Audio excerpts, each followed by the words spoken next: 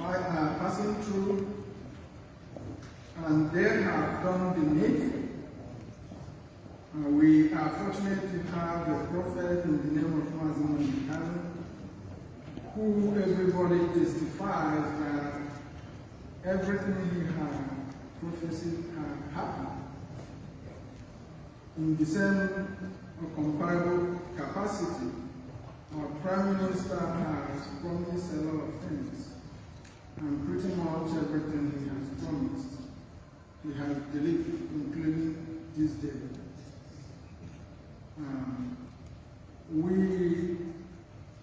The Declaration Committee made severally and documented our grievances, and I have the mandate to read them today for everyone present here to the House. So without wasting your time, this is the Declaration of Restoration of Independent United States of Biafra. Today is November 29th, 2024, here in Latvia and Finland. We, the officials of Biafra Republic government in exile, Biafra de facto government in the homeland, and the delegates from across the world, representing the constituent states of the United States of Biafra, who collectively and individually advocate for self-preservation of our people in the face of unrivaled genocidal onslaught by Nigeria government against our people in Nigeria and the 40 states of the United States of Biafra, have gathered here in Latvia, Finland, this day, November 29, 2024, to make the following declarations. Whereas we have endured political marginalization, economic deprivation, periodic massacre of Biafra people within Biafra land and across Nigeria since the 1914 amalgamation and creation of Nigeria. Whereas we have endured all this in hope that one day things will be better. Even the initial declaration of an independent state of Biafra and the 13-month civil war in which more than 5 million of our compatriots perished was not enough to steer Nigeria towards that elusive, inclusive, and prosperous future. Rather, despite its false claim of no victor, no vanquished, and false promises of the Triple R, which refers to reconciliation, rehabilitation, and reconstruction, the Nigeria government constantly pursued a winner-takes-it-all policy discernibly reflective of a master-slave relationship. We have endured all this with so much reluctance to complain. We have resorted to self-help and strived to provide for ourselves basic necessities of life that ordinarily governments across the world provide for their citizens. We have carried on in the face of unimaginable hardship until our very existence became threatened beyond human tolerance limits. In 1999, we started nonviolent agitation with flags. Instead of sending negotiators to address our agitation, the Nigerian government resorted to systematic killings of our people, aiming to exterminate all the agitators and killing tens of thousands of Biafrans in the process, and harvesting the organs of thousands of those they abducted. Nigeria government intensified its widespread massacre of Biafra people under the Fulani-controlled government of Muhammadu Buhari in 2015 and has continued since then. Our leader Mazen Kanu escaped assassination when Nigeria military invaded his home on September 17, 2017, an invasion that left 28 other Biafrans dead. 3 years later, Nigeria went as far as abducting our leader Mazen Kanu in Kenya and renditioning him to Nigeria in June 2021, and has detained him in solitary confinement for more than 3 years now, despite 2 Nigeria court judgments and a United Nations work group on arbitrary detention mandating his release with compensation. These ongoing brutalities against our people serve as frequent reminder that the war that supposedly ended in 1970 never really ended. In response to the various shades of existential threats Nigeria is presenting to the people of Biafra in act of the natural law of self-defense and consistent with the United Nations and African Union charters on people's right to self-defense, we started carrying arms officially in 2022.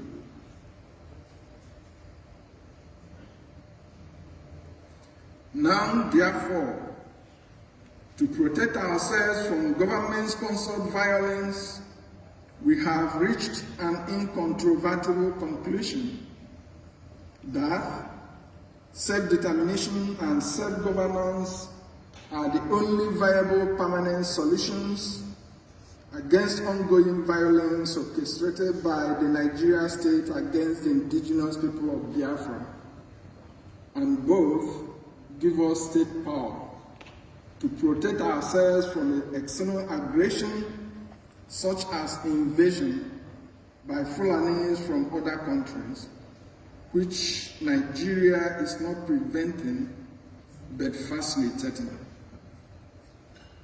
On the basis of these and many more grievances listed hereunder, and knowing fully well that we are a group of people confronting several extenuating circumstances that collectively make our people an endangered species, and knowing fully well that the only means for our collective survival is self-preservation and self-determination, we are taking these steps to declare the restoration of the independence of the United States of Biafra, also known as the Confederating States of Biafra.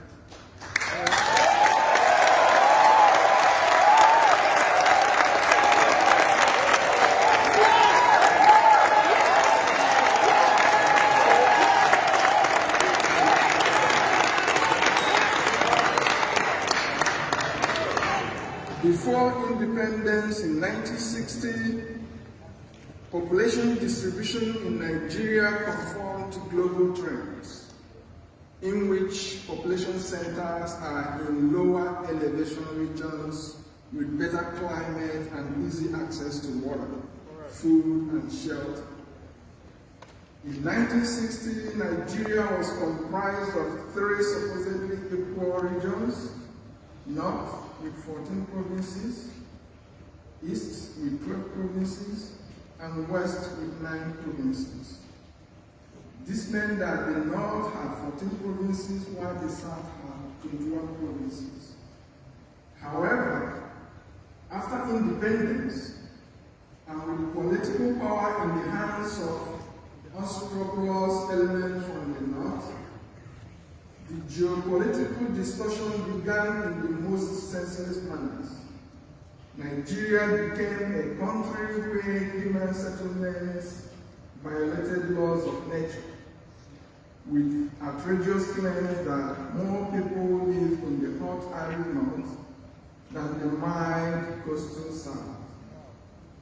Gradual and arbitrary creation of states by many military leaders from the north over the years resulted in the north today having 19 states and 414 local government areas, while the south has 17 states and 355 local government areas.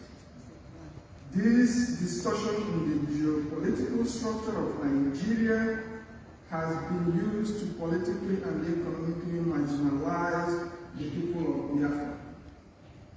Because the number of states and local governments are directly used for political representation and revenue allocation to the disadvantage of the South, even though as much as 90% of the resources sustaining Nigeria come from oil and gas resources in Biafra.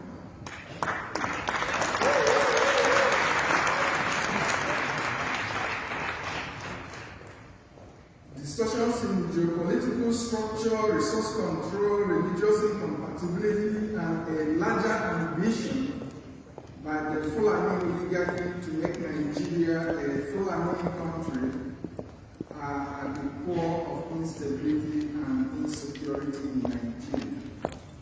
And all avenues by indigenous people to seek redress have been met with brute force. Such brute force has resulted in military invasion of numerous communities in Biafra land and indiscriminate killings of people in those communities at genocidal scale. For example, Section 1 of the Biafra Declaration Handbook captures several of the Nigeria government-sponsored killings in the hinterland of the United States of Biafra, also called the Southeast, as well as the South-South. Notably, a Zoo River massacre under Governor Peter Obi, Onisha Mpo massacre under Governor Obiano, Obaru massacres under Governor Soludo, Obibo massacre under Governor Wike, Ohafia and Aba massacres, including 150 youths praying at Ngwa High School, and another hundreds of innocent Biafrans on a parade in Aba, as well as the invasion of Mazen Nnamdi Kanu's home that left at least 28 people dead under Governor Ipazo. Also, widespread Ebonyi massacres under Governor Umahi, widespread Enugu massacres under Governor Ugwani, widespread Imo massacres, including repeated invasions of Izombe, Oro, Oso, under Governor Zodema. Nigeria terrorist forces also unleashed mayhem and killed hundreds of Biafrans who were celebrating in Port Harcourt Donald Trump's victory in the 2016 US presidential election. In all days, tens of thousands of Biafrans have been killed. But the coastal regions of Biafra have also not been spared in these killings, and more than 4,000 people were killed between 1999 and 2024. In particular, Ode massacre in 1999, Palan massacres in 1999, and ongoing Ozoro Ole massacres 1999, 2003, Uweru massacres 2021 to 2023, Okuama massacre 2024, Olodiama massacre 2024, and not to forget one of the worst recorded massacres in human history in Asara, 1967-70. Also, the eastern flank of Biafra, covering former Cross River and Akwa Ibom states, has its record of Nigeria government-sponsored killings, including in 2021 when Nigerian military invaded the following communities with substantial loss of lives: Afahat, Ekot, Apan, Ukan, Uwa, Ikot Afanga, Mtok Nsek, Ikot Ukon Eto, Ikot Otu, Ikot Obok, Ntak Ikot Akan, and some other communities. Since after the 2021 invasion, the military has maintained presence there and are frequently abducting people, killing them, harvesting their organs, snatching people's wives, and raping our women. They maintain checkpoints where travelers must disembark from their vehicles with arms raised while passing the checkpoint on foot. This pattern of military and police intimidation is commonplace in the whole of Biafra land. It beats our imagination how people's lives can be devalued this much in one's native country. In contrast, there has never been military invasion of communities in northern Nigeria, just as there are rarely communal clashes in the north, unlike the south. Because of Nigeria government's divide and rule strategy in the south, several communities are separated from historical alliances and forced into new ones, often with poorly defined boundaries. Such machinations by the Nigerian government have been responsible for the spate of boundary-inspired communal clashes in Biafra land, which is relatively absent in the north. The United States of Biafra will reunite communities along natural and historical boundaries and bring an end to boundary disputes. Aside from killings directly conducted by Nigeria government, various Fulani-affiliated terrorist groups such as Boko Haram, ISWAP, Fulani herdsmen, in their desire to displace indigenous people and take over their lands, are invading communities and slaughtering them in a scale never seen before.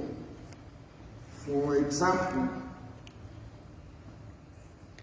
many Fulani installed kings and political appointees forcefully seize indigenous people's lands and transfer the lands to Fulanis. The Oba of Benin is reported to have sold in 3 years 1,200 acres of land to Aligoke Dangote, and Dangote trucks are used to ship in Fulani terrorists into these lands, from where the Fulanis operate and unleash terror in the neighboring communities and the entire coastal region, especially in Eka State, former Delta State, where the kidnappers in Eka land come from Benin, former Edo State. The Fulani terrorists and kidnappers in Abovo County reportedly will make you cook for the terrorists and have you watch them rape your wife in order to spare your life. Yeah. Yeah. And you have to pay 5 million naira for them to release your wife to you. Yeah. Furthermore, kidnapping and rape by Fulani herdsmen in several communities in Delta State like Ibide and Avre in Isoko have been reported. Such attacks have contributed to farmers not being able to access their lands, resulting in widespread hunger and poverty. Repeated attacks by Fulani terrorists and killer herdsmen in 2001, 2010, and 2023, and early part of 2024 in Uweru Kingdom in Urobo Isoko led to over 200 persons losing their lives. In the eastern flank of the United States of Biafra, Fulani terrorists are operating unchallenged as they have established terrorist cells at Obanliku, Obudu, Dumaji, Ogoja, Akampa, Mbak, which they renamed Nasarawa, Ogobri, where they sell human parts of those they killed, particularly those that are unable to pay ransoms. Often the military is accused of complicity or in the minimum unwilling to prevent or stop these atrocities from happening. It was on the account of this that General T.Y. Danjuma famously said that the military colludes with the invading terrorists, and that if we wait for the military to protect us, we would all die. And he consequently asked indigenous people to explore opportunities for self-defense. And that's what we are doing. We are not committing terrorism. Rather, we are defending ourselves against terrorism.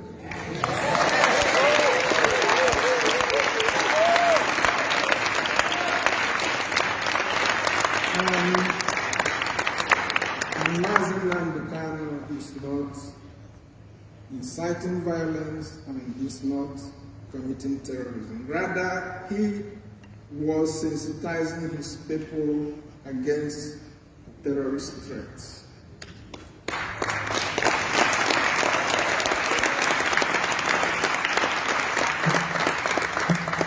In the same vein, our Prime Minister Simon Ekpa is not committing terrorism. Rather, he is defending his people against terrorism.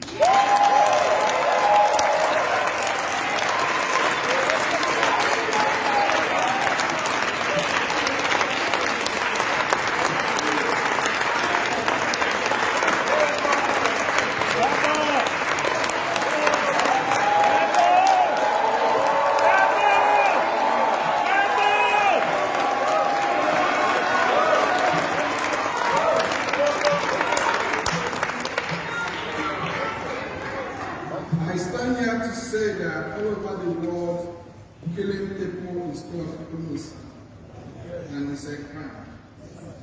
But in Nigeria, Fulanis are killing people all over the country. They are committing homicide, but the Nigerian government doesn't treat their killings as homicide. They give them a work. Rather, they give them all manner of entitlements. Rather, what they treat as terrorism is you defending yourself. So,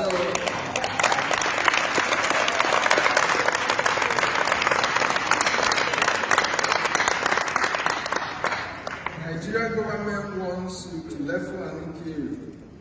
In fact, they want you to bend your neck so that when Fulani strikes you once, your head falls off. And we said we wouldn't do that.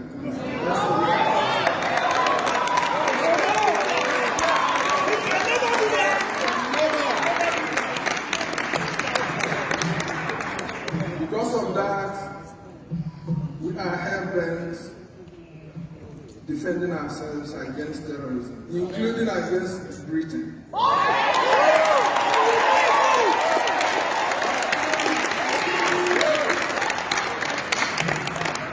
BBC interviewed Ahmadu Bello in 1964, and if you listen to that interview, you will see that Nigeria was never one country. And Britain forcing us to be in the same country is exercising futility.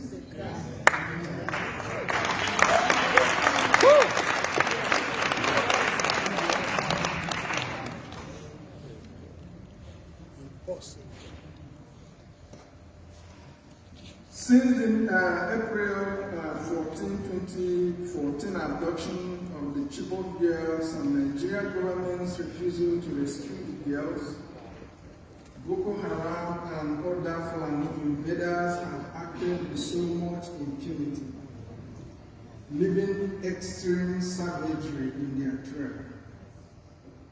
October 30, 2024, the press reports that Fulani invaders have taken over the largest Nigerian military training camp in the north. There is no word yet from the government. Even the blind can see the game plan. As Nigeria deploys its military down south, foreign invaders who overrun the north.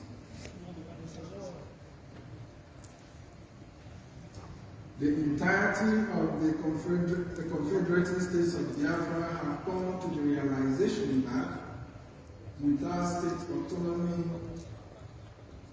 it is impossible for us to exercise full control over our land, which makes it easy for grabbing by invading terrorist headers who, despite being armed, also enjoy protection from the military if indigenous people are to confront them.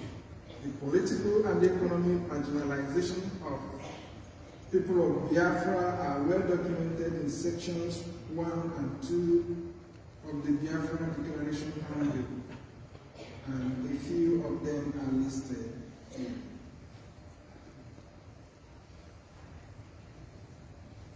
The section titled Man's Inhumanity to Man, Nigeria's 1999 Constitution, a travesty, narrates how Nigeria's exclusive list is a grand plan to dispossess us of our natural inheritance. It is noteworthy that while the Nigeria government has added every imaginable resource in the south to the exclusive list, comparable resources in the north are left under the control of the north, such that oil, gas, and solid minerals, including salt, in the south are in the exclusive list and therefore under the control of the Nigeria government. Whereas similar resources in the north, for example, gold in Zamfara, is not controlled by the Nigeria government, it is controlled by Zamfara people.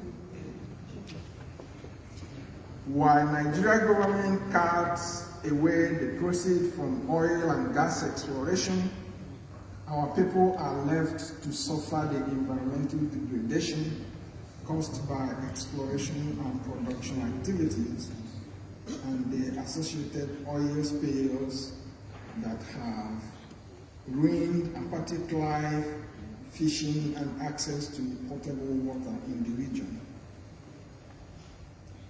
Preceding the 1999 Constitution was the Abuja 1989 Declaration that set out an Islamic agenda to transform Nigeria into an Islamic state. They sought to make Nigeria a member of the Organization of Islamic Cooperation, ensure that Muslims control strategic positions within the country, and ultimately have Nigeria ruled by a president and vice president of the Islamic faith, a feat they have achieved with the 2023 selection and coronation of Bola Tinubu and Yerima Shetima as president and vice president, respectively. Aside, many indices of religious incompatibility abound and frequently lay bare the deceit of one Nigeria. Times without number, Christians and Biafrans are killed by the Islamists in Nigeria over events that happen outside Nigeria. Notably, Nigeria was the only place in the world where Christians and Biafrans were killed over the US war against Taliban in Afghanistan in 2001. Whereas in other parts of the world, people protesting against the war burnt only American flags and George Bush's effigies. Likewise, a Danish cartoon of Prophet Muhammad in Denmark in September 2005 meant that many more Christians and Biafrans had to be killed by the Islamists in Nigeria. Between 2006 and 2007, hundreds of Biafrans were killed in various Islamist protests against the Danish cartoon of Prophet Muhammad in the north, notably on February 18, 2006 in Maiduguri. Northern states started implementing Sharia law after Nigeria's swore in a president of the Christian faith, Olusegun Obasanjo, in 1999. States in the north led by Zamfara State, started implementing Sharia law in 2000. And by 2002, it quickly spread across the north, and its spread was accompanied by religious violence against Christians, resulting in the massacre of thousands, most of them Biafrans. The Sharia law in the north under Obasanjo was the northern Islamic states' protest over having a Nigerian president of the Christian faith. Obasanjo had promised that Sharia implementation will fade away, rather it has flourished. The North has created Hizbah police to enforce Sharia law. With the enforcement of Sharia, they destroy businesses owned by Christians and Biafrans in the North. Nigeria was founded as a secular state, which it has lost by the impunity of Sharia law in the North and other excesses of their Islamic agenda. Today, they want to make Sharia law a federal law. As the month of October 2024 draws to a close, the Islamists in the National Assembly introduced a bill to make Sharia law a federal law. Despite the turmoil in the country, they are moving full speed with their Fulanization and Islamization agenda, and don't give a damn about those resisting their agenda. Also, in many respects, Olusegun Obasanjo created the prevailing political succession challenges in Nigeria when he single-handedly prevented his vice, Atiku Abubakar, from succeeding him in 2007. Obasanjo sponsored someone else, Yar'Adua, who would die only 2 years into his presidency, making the Fulani accuse Obasanjo of knowing that Yar'Adua would die and consequently demanded the presidency returns to the north, even though Yar'Adua's vice, Goodluck Jonathan, constitutionally becomes the president in the event the president vacates the office by death. Given that implementation of Sharia in Nigeria was under a Yoruba president and a Muslim pair also under a Yoruba president, among other things, we can confidently conclude that Yorubas have served as willing tools for Islamizing Nigeria and shortchanging the South.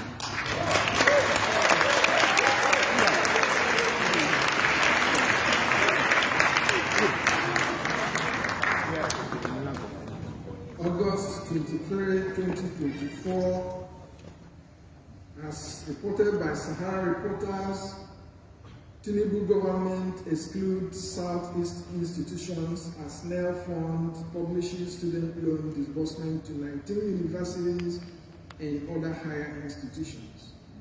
Practically excludes both Southeast and South-South, with the exception of University of Benin. Tinubu appears ready to continue with the same pattern of exclusion. Biafra territories, particularly the Southeast, suffered under Buhari.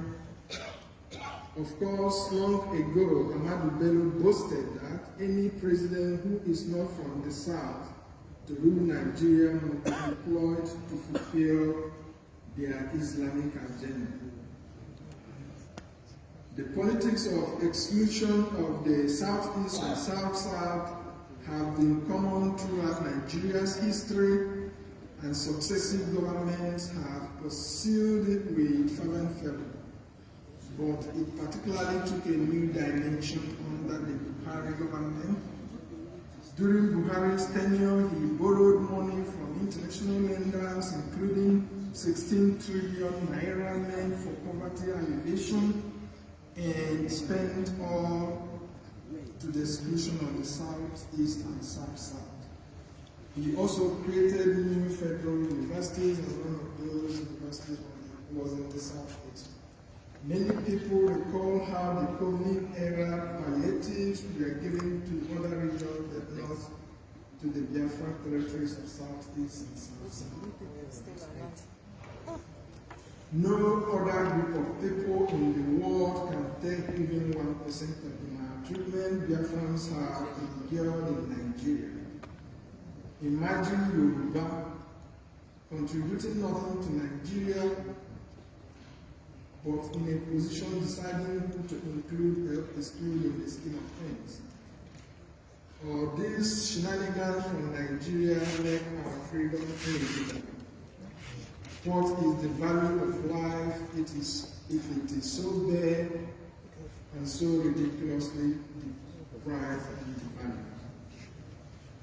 In addition to the pain, marginalization and religious incompatibility have caused, cultural incompatibility is even as ominous as anything else we have discussed. Many people argue